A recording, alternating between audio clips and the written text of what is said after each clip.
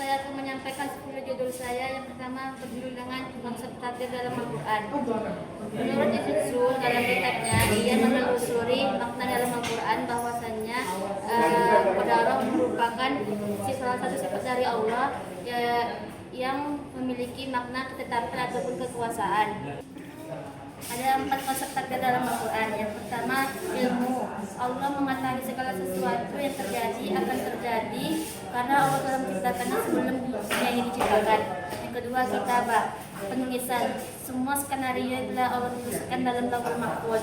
Lauhul Mahfuz, semua bencana yang menimpa dirimu dan di bumi tidak ada sanggupan melainkan Allah yang memberikannya. Yang ketiga, masyiah, itu kehendak. Jika Allah kehendaki maka akan terjadi, dan jika Allah tidak kehendaki maka tidak akan terjadi. Yang keempat, al-khalaq. Al-khalaq itu adalah pencipta. Allah adalah pencipta segala sesuatu termasuk perbuatan manusia. Kita diberikan hak memilih dan Allah yang menciptakannya. Ada 2 jenis takdir. Pertama, takdir mubram, takdir yang tidak dapat diubah seperti kelahiran, kematian, dan siapa orang tua kita. Yang kedua, takdir mu'allaq, takdir yang bisa diubah tergantung dengan niat kita dan juga tawakal ikhtiar, yaitu seperti kesehatan, rezeki, dan kepintaran. Prinsip utama itu perlu diingat, ikhtiar itu wajib karena diperintahkan untuk berusaha seolah-olah semua itu tergantung dengan doa kita. Yang kedua, tawakal itu kunci. Kita berdoa dan berusaha seolah-olah semua hanya tergantung pada Allah. Yang ketiga, keadilan. Allah tidak akan menyiksa hambanya di luar batas kemampuannya, tapi Allah menilai respon dia dalam menerima takdir yang diberikan oleh Allah. Kedua adalah ilmu qiraat dan pengaruhnya terhadap Al-Quran dalam variasi makna. Pengertian Al-Quran itu adalah tata cara mempelajari Al-Quran serta pelafalan Al-Quran diriwayatkan secara mutawatir dari Nabi Muhammad SAW.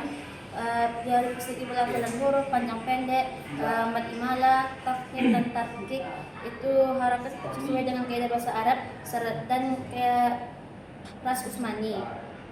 Macam-macam pelafalan, macam-macam qiraat itu dikenal dengan lembaga sab'ah, yaitu 7 jenis qiraat, 7 para ahli qiraat yang mempelajari bermacam-macam jenis qiraat. Definisi dan syarat sah 3 rukun qiraat pertama, agar semua bacaan disebut dengan qiraat yang sah, bukan syadzah atau penyimpang, sesuai kaidah bahasa Arab atau tidak menyalahi tata bahasa, sesuai ras Usmani seperti cocok dengan penulisan huruf musnad standar. Ketiga, sanad mutawatir, jalur periwayatannya bersambung secara menyeluruh kepada Nabi Muhammad. Yang kedua, pembagian qiraat. Pertama, Nafi' Madinah, Ibnu Katsir Makkah, Abu Amr yaitu Basrah, Ibnu Amir Syam, Asim dari Kufah, dan Hamzah Kufah, dan Al-Kisai Kufah. Pengaruh qiraat terhadap makna. Perbedaan bacaan bukanlah sebuah permasalahan, melainkan perbedaan pelafalan itu yang menyebabkan permasalahan tersebut. Yang keempat, menambah penjelasan hukum. Contohnya membaca Abdul Lakum yang berarti kaki harus dibasahkan. Tidak banyak seseorang melawan yang menyerupai yang ada dalam Al-Quran. Ada beberapa macam mukjizat. Yang pertama, i'jaz bayani. I'jaz bayani itu memiliki susunan kata yang sangat presisi dan detail. Keunikannya bahasanya tidak ada seseorang pun manusia yang bisa menirunya sampai saat ini. Yang kedua, inti. Keindahan yang sangat indah itu memiliki makna sangat dalam. Yang kedua, i'jaz ilmi, sains dan pengetahuan. Al-Quran menyebutkan bahwasannya teori itu ditemukan setelah ayat Al-Quran, seperti proses pembentukan janin, embriologi. Itu ditemukan setelah beberapa ayat Al-Quran ditemukan di zaman modern sekarang. Intinya kebenaran fakta lain itu diketahui setelah Al-Quran. Yang ketiga, i'jaz qalbi, yaitu berita gaib. Allah tidak mengetahui 2 hal, yaitu pertama berita terdahulu dan pada tahun terdahulu, masa depannya, prediksi kemenangan Romawi atas percaya, dan beberapa setelah itu turun ayat-ayat Quran dari Allah. Yang keempat, i'jaz tasri'.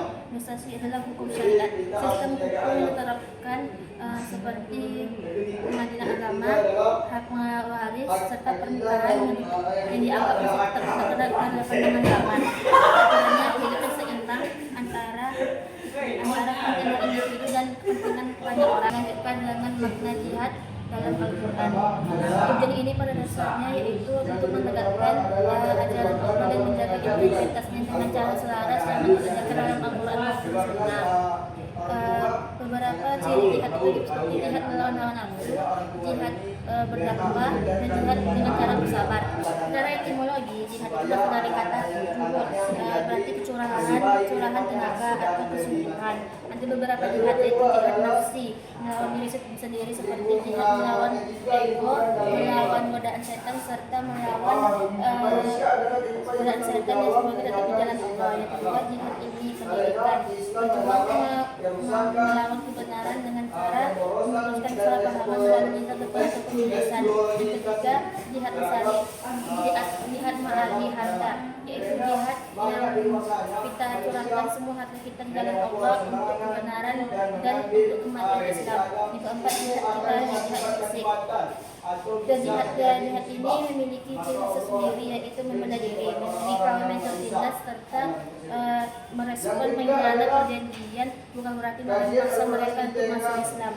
Kesimpulannya, jihad adalah totalitas kesungguhan yang muslim untuk menegakkan kebaikan dan Allah dan kebenaran Islam. Selanjutnya yaitu adalah peran keluarga dalam mengajarkan Al-Quran pada anak sejak dini. Penguasaan terhadap Al-Quran diharuskan bagi muslim karena Al-Quran itu adalah kalam Allah yang dijelaskan kepada anak, terutama ibu sebagai pengajarnya. Peran keluarga adalah fondasi utama karena rumah adalah sekolah pertama bagi anak dan ibu. Berikut dari kesusahannya. Pertama, sebagai teladan, yaitu role model anak adalah meniru hebat dari orang tuanya. Karena orang tua bukan sekedar menyuruh, tetapi memberikan bukti kepada anak seperti membaca Al-Quran setelah maghrib dan mempelajari Al-Quran setelah sholat 5 waktu, mencinta dan akidah dan akhlak.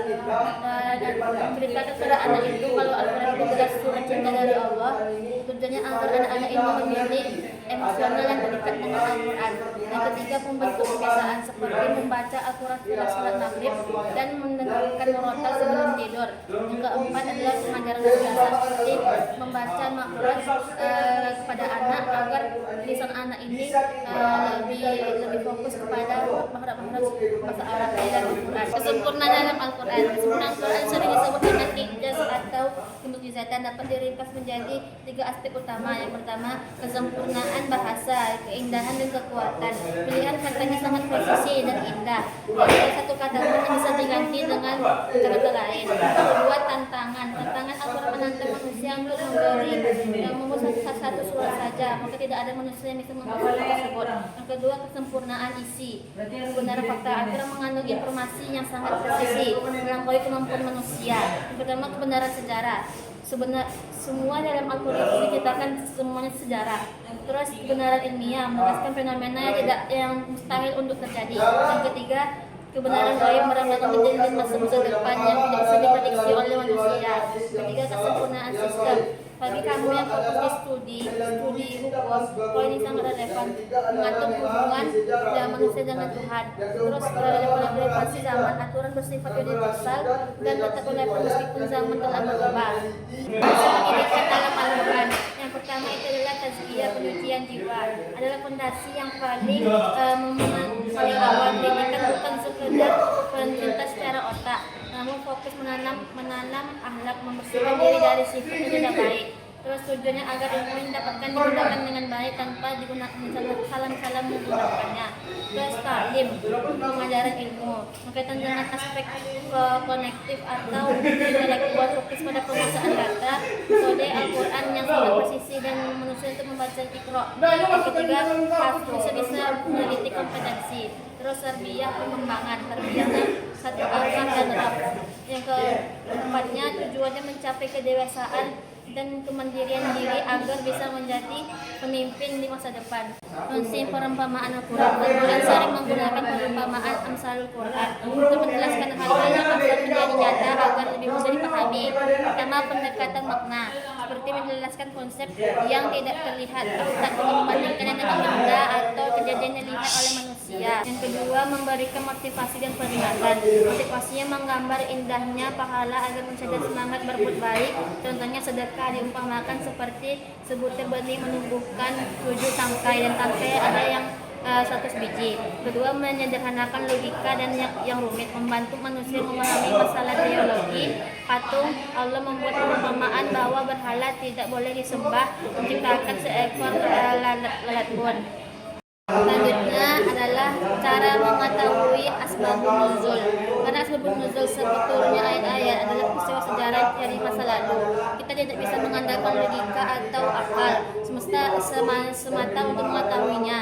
Pertama, riwayat yang sahih, nukil. Adalah cara paling utama satunya yang diakui. Kita harus merujuk pada Al-Quran dan laporan yang menyatakan langsung peristiwa tersebut. Keterangan sahabat Nabi adalah saksi mata yang hidup pada saat wahyu turun. Jika seorang sahabat berkata ayat ini turun mengenai peristiwa ini, maka keterangan ini menjadi pegangan utama.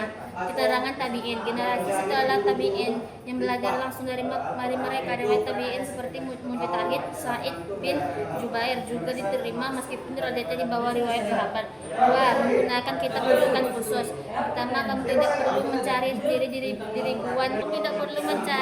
ribuan hadis karena para ulama sudah mengumpulkan riwayat asbabun nuzul dalam buku khusus. Pertama, Babun Nukul fi Asbabin Nuzul karya Imam As-Sayyuti, Asbabun Nuzul karya Imam Al-Wahidi, salah satu referensi tertua. Nomor 3, memperhatikan redaksi bahasa dalam kitab hadis atau tafsir, redaksi tegas. Tantangan kajian diskusi digital di tengah diskusi digital. Tantangan dan peluang kajian Al-Quran di digital ini sangat relevan dengan keseharianmu yang aktif. Pertama, aksesibilitas dan kedalaman. Sekarang Al-Quran ribuan kitab tafsir dan pengalaman peluangnya belajar tidak lagi terbatas ruang dan waktu. Risikonya muncul budaya belajar instan yang membuat orang-orang membaca potongan ayat. Fenomena otoritas keagamaan baru. Diskusi digital memungkinkan siapa saja menjadi content creator. Peluang dakwah menjadi lebih luas dan lebih menjangkau anak muda. Risikonya kaburnya batasan antara ahli ulama yang bersanad dengan influencer yang mungkin hanya bicara tanpa landasan ilmu. Yang ketiga, analisis berbasis data, yaitu Al-Quran sekarang berbasis data ilmu manusia terutama Islam di berbagai belahan dunia, yaitu terpengaruh oleh canggihnya teknologi komputer dan berbagainya. Oleh karena itu mempelajari Al-Quran seperti ini sangat diperlukan, apalagi anak muda yang memerlukan arah yang lebih Baiklah, sekian presentasi saya. Apakah ada yang ingin bertanya? Izin bertanya, kenapa nama saya dipakai? Siapakah ulama yang pertama kali menyusun kitab As-Sabah Qiraat sehingga terpopuler istilah Qiraat As-Sabah? Sebutkan 3 rukun utama agar suatu bacaan dapat dikategorikan sebagai qiraat shahihah. Baiklah, saya akan bertanya, apa perbedaan mendasar antara istilah qiraat, riwayat, dan tarikh dalam silsilah pengambilan baca Al-Quran? Izin menjawab pertanyaan dari saudara kita, yaitu Diva. Ya, nama perawi Imam Asim yang digunakan di Indonesia. Nama perawinya adalah Imam Hafsi, yaitu Hafsi bin Sulaiman dan Al-Mughirah. Mereka dari itu bacaan disebut dengan qiraat Asim riwayat Hafsa. Semoga izin menjawab pertanyaan dari Junior, yaitu 3 rukun qiraat yang sahih dan konsekuensinya. Rukunnya pertama, sesuai kaidah bahasa Arab, sesuai tulisan mushaf dan standarnya sah dan bersambung. Biasanya jika satu saja pun tidak terpenuhi, maka bacaan tersebut dianggap sah qiraat sadzah. Izin menjawab pertanyaan dari Bagus. Yang pertama, perbedaan qiraat, riwayat, dan tarikh, yaitu qiraat perbedaan bacaan yang disandarkan kepada imam qiraat, riwayat perbedaan bacaan yang disandarkan kepada murid imam qiraat, terus tarikh perbedaan bacaan yang disandarkan kepada muridnya dan dari perawi atau jalur di bawahnya. Analogi, qiraat adalah merek mobil, riwayat adalah DP mobilnya.